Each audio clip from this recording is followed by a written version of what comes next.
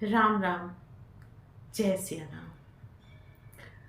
पूछो ना मुझसे कहानी मेरी, पूछो ना मुझसे कहानी मेरी, कैसी रही जिंदगानी मेरी।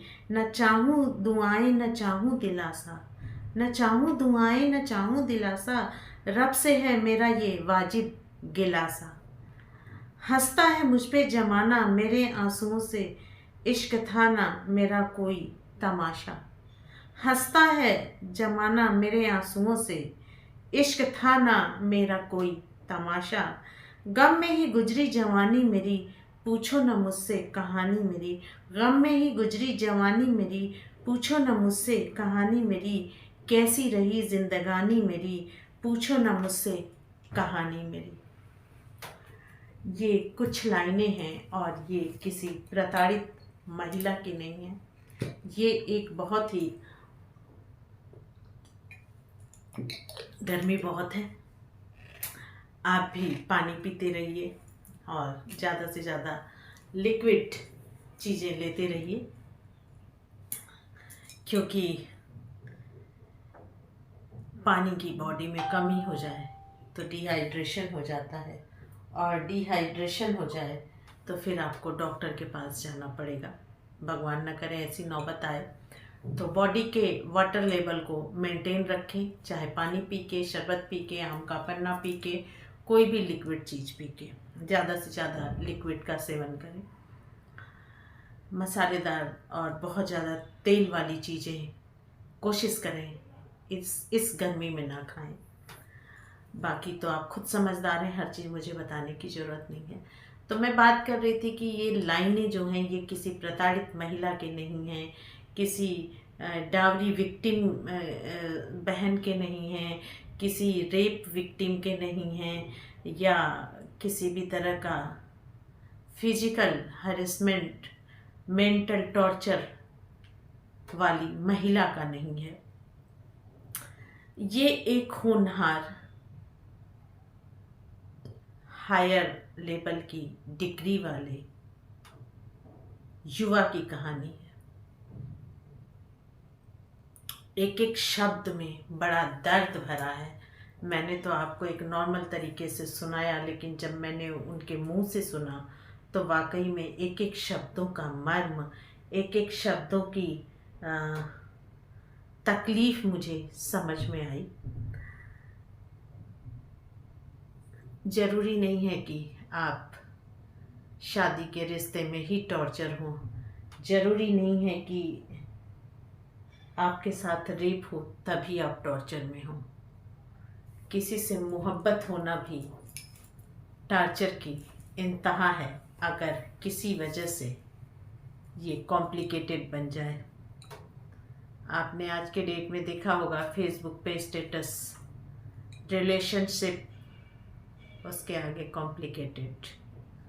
तो मुझे पहले समझ में नहीं आता था ये कॉम्प्लिकेटेड है क्या। रिलेशन या तो होता है या तो नहीं होता है। लेकिन कहते हैं कि जैसे जैसे आपकी ज्ञान चक्षु विकसित होते हैं, वैसे वैसे आप हर शब्द के मायने आपकी लाइफ में बदलने लगते हैं।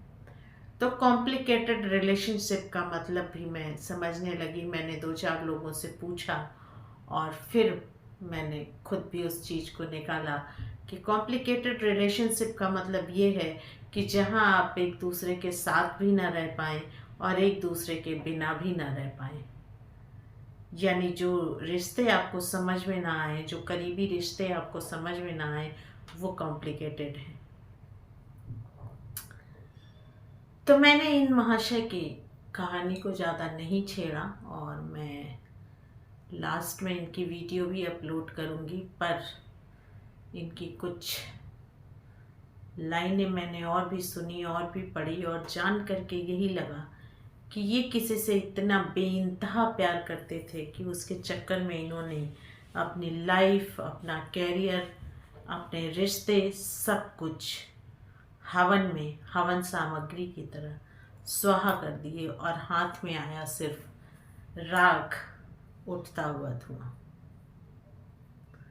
फिर इन्होंने अपने उसी रिश्ते के दर्द को शब्दों में ढालना शुरू किया और वो शब्द इतने ज़्यादा दर्दनाक हैं कि आपको अंदर तक हिला देते हैं अगर आप जब सुनते हैं तो।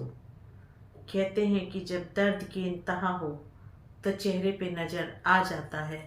छोटा मोटा दर्द तो आप छुपा लेते हैं, लेकिन जो बहुत गहरे ज़ख्म होते हैं उन्हें छुपाना बड़ा मुश्किल होता है। और मुझे लगता है कि अगर आपने किसी से दिल से मोहब्बत की, इश्क किया, और अगर वो आपसे बिछड़ जाए तो शायद इससे ज़्यादा दुख कुछ भी नहीं है। मैंने किस्से कहानियाँ बहुत सुने हैं, उन महिलाओं के भी सुने हैं जिन्होंने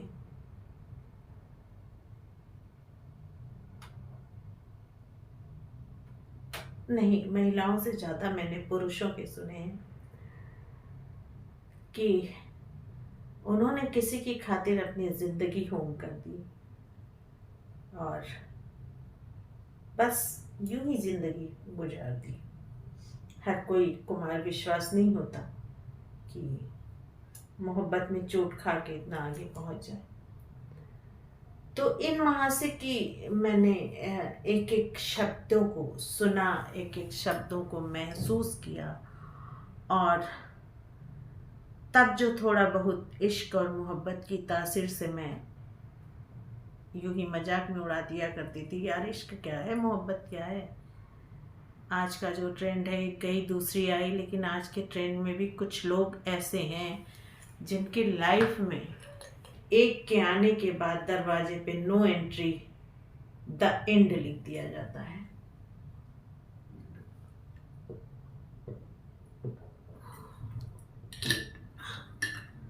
और ये कहानी इन्हीं की नहीं है। आज के डेट में मैंने देखा है, मैंने महसूस किया है, जो आज की यंग जनरेशन है वो या तो किसी चीज़ से जुड़ती नहीं, और अगर किसी चीज़ से जुड़ती है तो बेइंतहा तरीके से जुड़ती है। उसे या तो चीज़ें चाहिए नहीं, और चाहिए तो हर हाल में चाहिए। कंप्रोमाइज एक जो शब्द होता था, वो कंप्रोमाइज शब्द इनकी लाइफ में नहीं है। ये कंप्रोमाइज करना नहीं जानते। ईएमआई वाले ट्रेंड के लोग हैं जो चाहिए तो चाहिए, चाहे जेब में एक ही हिस्सा पैसा हो।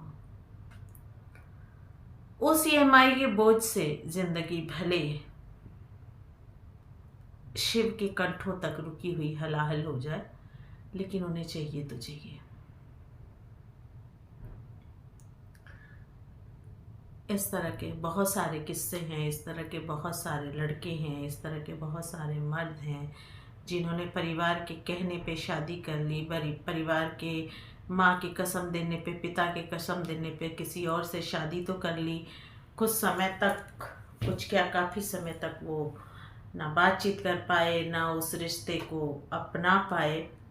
धीरे धीरे समाज की ज़रूरतों या अपनी ज़रूरतों के हिसाब से एक रिश्ता बना, लेकिन पिछला टीस रह गया। वो कहते हैं ना कि सादे पेपर पे लिखो तो क्लियर दिखता है, लिखे हुए पेपर पे दोनों एक दूसरे में घुल मिल जाते हैं। तो आज का ये बहुत ही छोटा सा वीडियो मैंने बनाया है आपके लिए, क्योंकि इनकी बातें सुन के मुझे लगा कि एक तरह से ये भी हमारी सिस्कियाँ का हिस्सा हैं, जिन्होंने जुदाई के बाद रो रो करके अपनी रातें और दिन बिताया, जो एक पेशेंट हो गए थे जिन्हें चिकित्सकीय सहायता की ज़रूरत पड़ी, और उसके बाद जब ये ठीक होकर के आए तो इन्होंने समाज में अपने आप को स्थापित किया। ये भी बहुत बड़ी बात है। सफ़र चलता रहता है, मंजिलें ज़िंदगी के सफ़र में, रिश्तों के सफ़र में सफ़र चलता रहता है। कभी कभी मंजिलें बदल जाया करती हैं। एनीवे, आज के लिए इतना ही, और इसके बाद मैं उनकी वीडियो दिखाऊंगी और उसके बाद ये आज का समाप्त करूंगी। तो अपना ख्याल रखिए। एक बार फिर कहती हूँ, सावधानी ही सुरक्षा है, खतरे हर जगह हैं। सिक्स्थ सेंस खोल के रखिए। फीमेल को ईश्वर ने एक वरदान दिया है। तो राम राम, जय सिया राम।